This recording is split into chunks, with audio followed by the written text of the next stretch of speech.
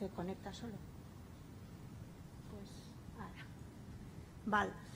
Us vinc a presentar també, no és cap producte ni res, sinó un petit projecte que tenim des de la Federació de Curses d'Orientació de Catalunya d'utilitzar, aplicar sobretot apps i codis QR, Jaume, també en farem. Quin potencial podem treure per a alguns projectes, sobretot per promoció i activitats educatives de promoció, sobretot amb escolars.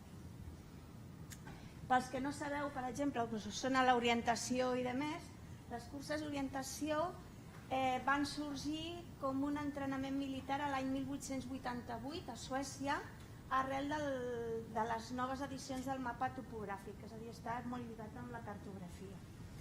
I la primera cursa d'orientació es va fer també a Suècia l'any 1919, és a dir, porta més de 100, portem uns 100 anys, i a Suècia des de l'any 42 és una assignatura obligada a l'escola.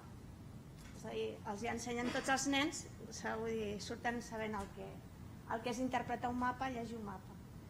Aquí a Catalunya estem des de finals des del 1988, vull dir que es fa activitats, són poqueta gent, cada vegada més, però va aquí. Les curses d'orientació bàsicament és una activitat esportiva camp a través, sense itinerari i a contrarrellotge, en el qual només portes un mapa i una brúixola.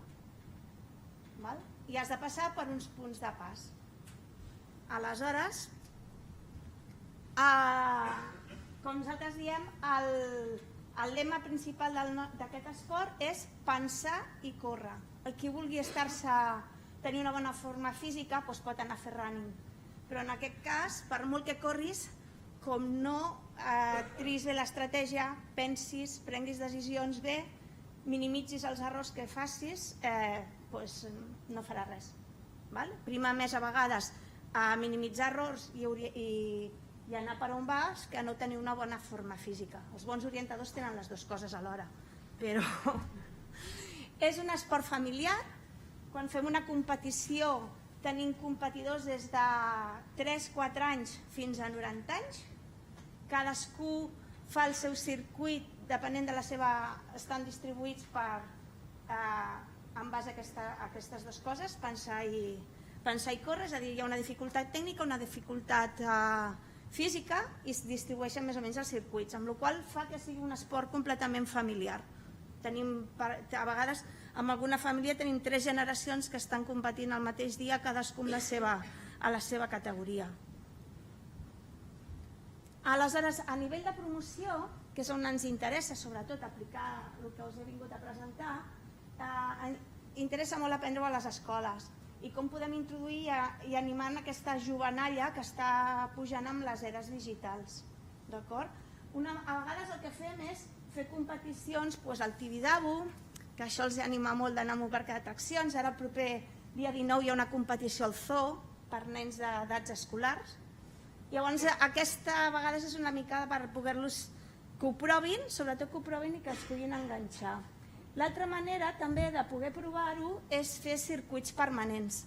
Circuits permanents als ajuntaments els interessa, és posar un circuit amb unes fites fixes i pots anar-lo a fer quan vulguis. Algunes vegades podreu haver vist en algun lloc que diuen un circuit virtual. Pots anar matí, tarda, nit, quan tu vulguis i ho pots fer-ho. I és en aquests dos àmbits on les apps de mòbil pot anar molt bé. Per què us ho dic? Perquè venim de la tradició d'una pinça, que és el que es fa servir bàsicament en els circuits fixes, és una pinça amb unes agulletes que perforen un paper. Per competicions fem servir un sistema similar al xip que fan servir els corredors de running, però tenim una base i una pinça nosaltres, on tant es registra la base com es registra la pinça que portem al corredor a la mà. Aquesta està molt bé per a nivell de competicions quan tens molts corredors, però les bases tenen una bateria i com a màxim duren un dia, amb la qual cosa no pot servir i és un sistema molt costós que no pot servir pels circuits permanents. I aquí és on va bé els sistemes QR. Hi ha algunes els del sector educatiu van començar-ho a fer-ho servir i aleshores hem optat per un aplicatiu anglès que ja està funcionant, que es diu eOrienteering, d'acord? Que està disponible, l'hem triat bàsicament perquè està disponible amb els dos sistemes operatius més comuns. Va tot en funció dels codis QR. Un codi QR tu descarregues l'aplicatiu, comences a apretar l'Start i vas fent fins que acabes a l'end i a cronòmetre, d'acord?